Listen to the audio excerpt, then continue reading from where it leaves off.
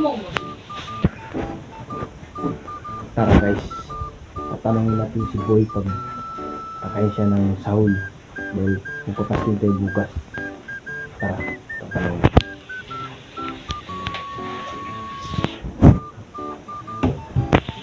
Boy! Bakit? Kakain ka ba ng sahol? Siyempre. Fasting bukas eh. Bakit anong bukas? Fasting siya. 8 days na ang fasting, hindi lang bukas. 8 days na ba? 8 days na. Ang tano? 8 days ngayon. Magpapasting ka ba? Ay, siyempre. Pero, ganun. Alam mo ba kung anong niluto kong ulam? Ano? Itlog. Ano? Pula o puti? Parang itim yata. Bulok na yata yan, boy. Hindi, bago yun.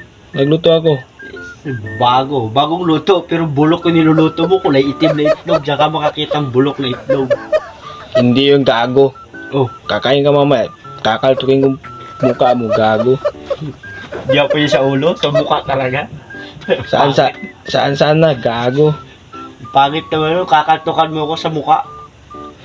Pangit na doon, walang tunog. Dito dapat. Sa ulo dapat. Basta, kahit saan na yan. Punta muna ako doon. Tingnan ko muna yung niluto ko. Itlog yun eh. Kung hindi ako nag-ano. Itlog talaga to, boy. No. Kain ka ngayon. Sisipain ko mukha niya. Kain ka talaga, ha?